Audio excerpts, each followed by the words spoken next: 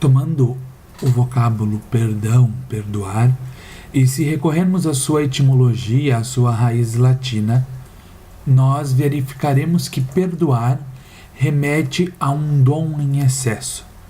Ou seja, perdoar é um excedente, é um a mais, que não tem valor de acréscimo ou de incremento. Ao contrário, é um resto de nada, porque o perdão não dá nada, ou dá sem dar nada. Ou seja, restitui o que pertence a um outro, a liberdade de agir, no limite a inocência ao culpado, a quem ofendeu. O perdão é uma figura moral na fronteira, de um lado com a história, a política, o direito e a justiça, e de outro lado com a transcendência espiritual e religiosa.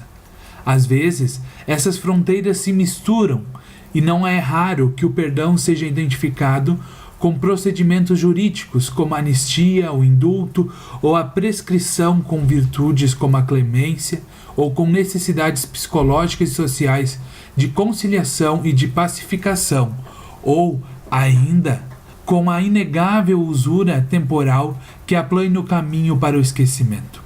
O próprio conceito de perdão parece ter se esgotado depois de crimes inexplicáveis, como o do Holocausto. Trata-se, portanto, de um conceito a ser reaprendido, a se tirar fora de uma tradição que afunda suas raízes na herança judaico-cristã e que deve ser redescoberta e reatualizada em condições novas. O perdão representa um dos desafios mais urgentes para o pensamento, justamente pelo fato de que ele não vem ao nosso encontro em uma pureza abstrata, mas sim imerso no entrelaçamento de uma herança cultural que todas as vezes deve ser reinterpretada. O autêntico significado do perdão, com efeito, deve se destrincar das implicações múltiplas e às vezes contraditórias de uma noção dramaticamente presa nas malhas do o que contribui para complicar as coisas em relação à ressignificação do conceito de perdão, tendo em vista um esgotamento deste conceito, é a urgência do apelo que o mal moral continua dirigindo a ação. O que fazer para impedir os outros sofrimentos causados pela maldade? Qual é o imperativo prioritário? A caridade cristã ou a resistência contra o mal? Dar a outra face ou restabelecer a justiça violada? Não é por acaso que os pensadores se ocuparam do perdão. Hannah Arendt, Vladimir Jankelevich, Paul Ricoeur, Jacques Derrida, Emmanuel Levinas, são aqueles nos quais todos reconhecem uma destacada sensibilidade para os problemas do nosso tempo e a coragem de enfrentar as zonas mais arriscadas da ética sem ceder a nenhum atalho moralista.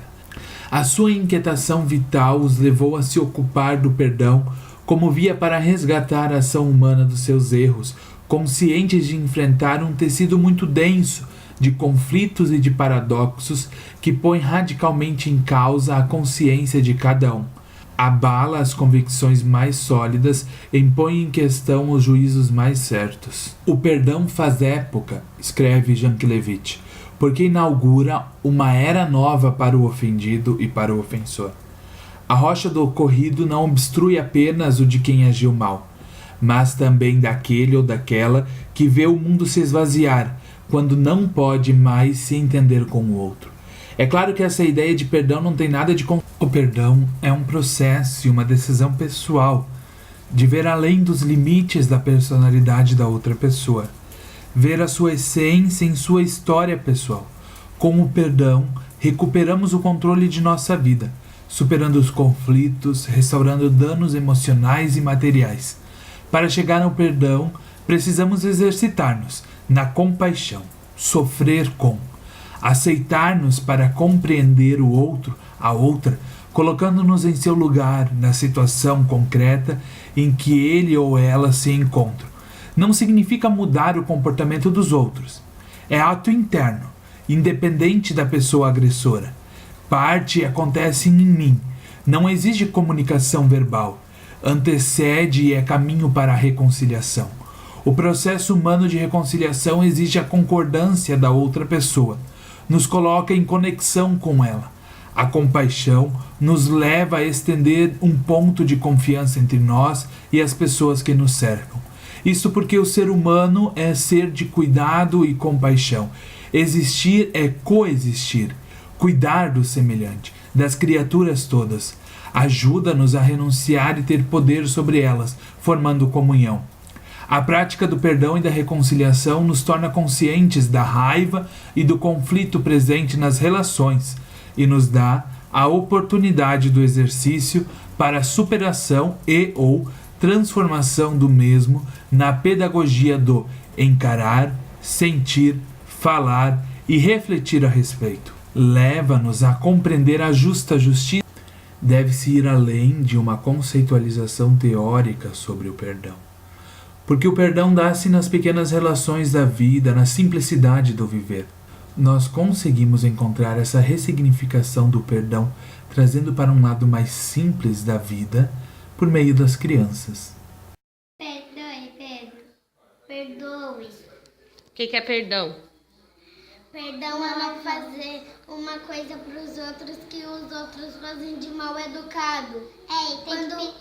Quando puxa o cabelo de alguém e alguém fica muito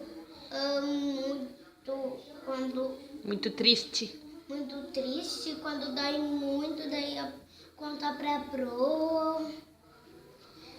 Perdoe é dizer que desculpa, tem que dar abraço, tem que dar beijo, tem que pedir desculpa, perdoar os amigos, porque senão o amigo não perdoa. Daí senão ele se assusta muito, daí não seja mais amigo de alguém. Daí outro dia volta amigo de alguém, que nem minha coleguinha Alice. Então,